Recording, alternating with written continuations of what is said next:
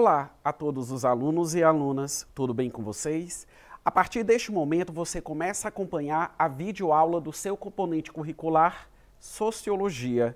Videoaula esta direcionada principalmente a todos aqueles alunos e alunas que estão devidamente matriculados na primeira série do ensino médio.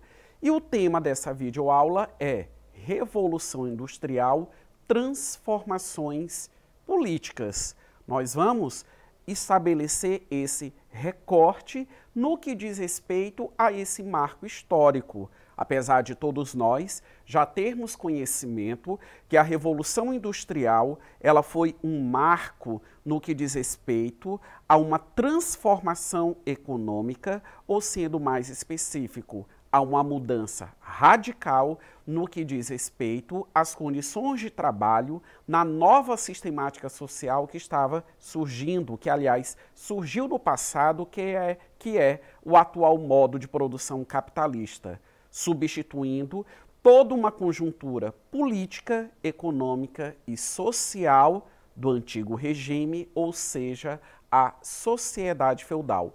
Visualize em tela algumas considerações, novamente sobre a Revolução Industrial, apenas para nos situarmos. Acompanhem com bastante atenção a leitura.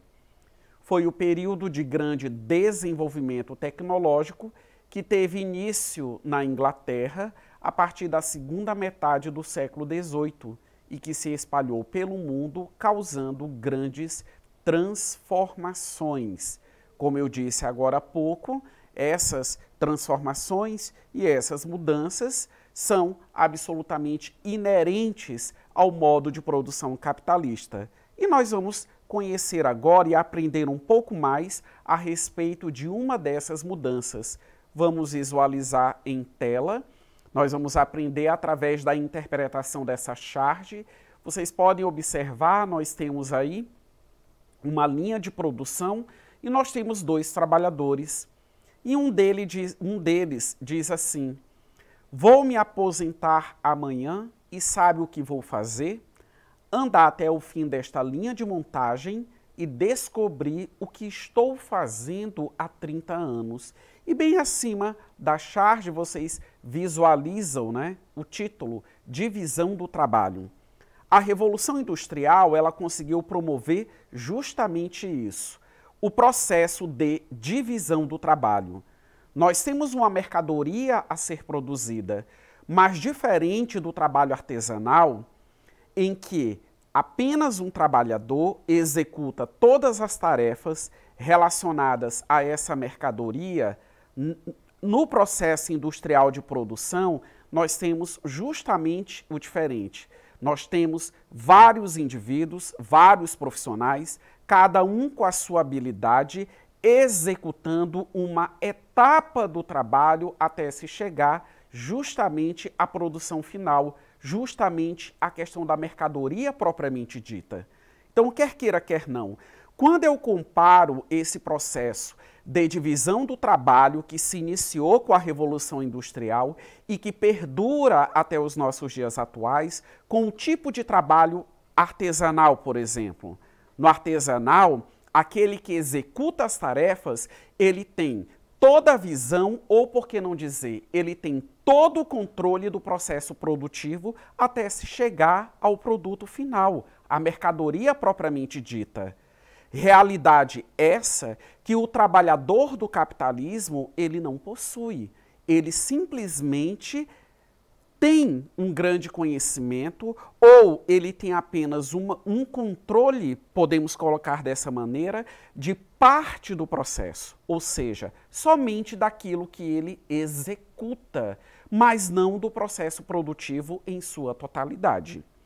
E ainda temos que levar em consideração que a Revolução Industrial, ela estabeleceu a separação entre os detentores dos meios de produção e aqueles que não detêm os meios de produção. Ou seja, nós sabemos que a indústria ela tem toda uma estrutura, desde a estrutura física, desde os equipamentos, desde as tecnologias que ali estão. E tudo isso possui o quê? Um dono, um proprietário. Em contrapartida, nós temos justamente aquelas pessoas que não são proprietárias de toda essa estrutura de trabalho, mas que vendem a sua capacidade produtiva, a sua capacidade em trabalhar em troca do salário. Sabemos, nesse sentido, que a Revolução Industrial, ela contribuiu historicamente para a separação das classes sociais, conforme vocês podem visualizar nessa imagem. Então, nós temos aí a dualidade, nós temos dois homens diante do desenho, diante da figura que está sendo mostrada a todos vocês. Um aparentemente endinheirado, ou seja, provido do poder econômico, e nós temos uma situação antagônica, conforme vocês podem observar na palavra-chave ao lado. Nós temos um indivíduo com características que acabam, digamos assim, mostrando o quanto que ele é desprovido, digamos assim, de condições econômicas. Agora vamos entender, né? O que é que significa o sentido dessa palavra antagonismo, que inclusive é muito utilizada na corrente marxista do pensamento. Antagonismo, contradição, são palavras o quê? Que apenas ressaltam a existência de contrários. Então, quando eu falo de classe social, eu estou tratando de contrários. E a base desses contrários, ou seja, desse antagonismo, é o poder econômico que cada classe social ela possui e que isso foi estabelecido através, digamos assim, da Revolução Industrial. E temos que ter um entendimento do seguinte: dentro dessas relações produtivas e levando em consideração a posse dos meios de produção, uma classe na estrutura do capitalismo, a exemplo de outras conjunturas históricas, com as suas estratificações sociais específicas, nós sempre vamos encontrar uma classe, um grupo que está na condição de ser dominante, que possui toda a influência na sociedade.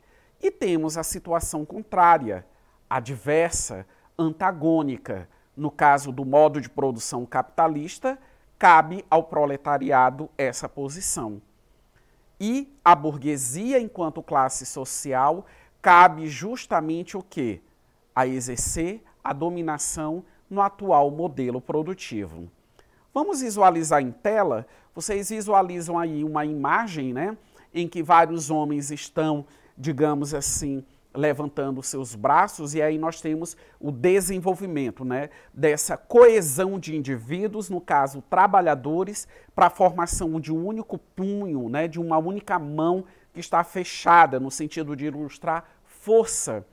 E nós temos acima da imagem um termo muito utilizado no marxismo, consciência de classe. Então prestem bastante atenção. Segundo a corrente marxista do pensamento, o proletariado, dentro do modo de produção capitalista, ele é o quê? Ele é a classe revolucionária. Ou seja, o capitalismo ele já está organizado socialmente, politicamente e economicamente falando, né, principalmente o fator econômico, de uma maneira que já favorece os interesses da burguesia. Quer queira, quer não, as relações de trabalho existentes no modo de produção capitalista, elas são relações de trabalho que elas se alicerçam em uma situação de exploração. O trabalhador no modo de produção capitalista, né, retoma essa ideia, ele é explorado. Mas quem é explorado não anseia e não deseja, digamos assim, ser explorado para toda a vida, ou ser demasiadamente explorado. O trabalho ele é necessário para todas as pessoas, para a nossa condição de existência, mas no modo de produção capitalista leva a essa situação que, não só do ponto de vista econômico, mas levando em consideração até mesmo algumas discussões atuais, o excesso de trabalho, até mesmo degrada a condição humana. Aliás, não leva em consideração o lado humano, o lado pessoa do homem enquanto ser social, mas apenas a sua capacidade produtiva, apenas o fato de ter que trabalhar e de ter, obviamente, que produzir. E nós vimos lá aquela expressão consciência de classe. Quando que nós temos uma coesão de indivíduos que se organizam historicamente para poder promover as mudanças na sociedade, tendo em vista que a sociedade ela está em um processo e ela pode ser modificada, mas para isso a consciência de classe ela precisa ser desenvolvida. Não a consciência no sentido de você entender que está inserido em relações de exploração. Somente chegar a esse nível de entendimento é insuficiente. É necessário que essa consciência de classe ela se converta em ação. A exemplo da ação revolucionária que a burguesia ela desencadeou no tempo passado. Com base agora nessas explicações, vamos ao exercitando da nossa videoaula. Visualizem a questão. Nós temos aí o enunciado e 5 possibilidades de resposta. Acompanhem a leitura com bastante atenção.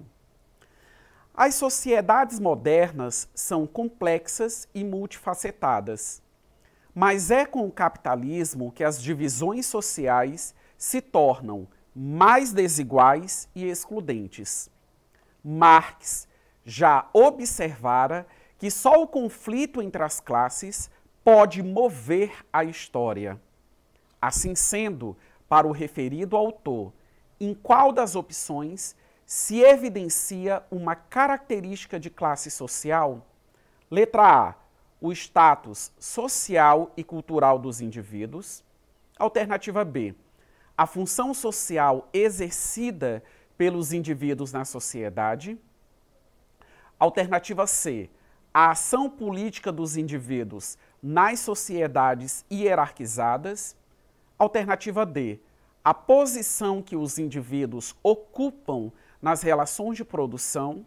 E letra E, as classes sociais são definidas pela linhagem dos indivíduos.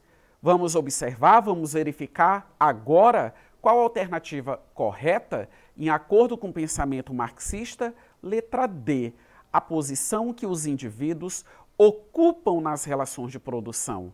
É justamente essa posição de toda e qualquer pessoa no que diz respeito às relações produtivas que nós conseguimos distinguir quem é burguês, quem é proletário, ou, utilizando palavras mais simples, quem é patrão e quem é empregado. Tanto patrão como empregado possuem retornos financeiros, mas o patrão ele obtém lucro como retorno financeiro, enquanto que o empregado ele tem financeiramente o retorno na condição de salário.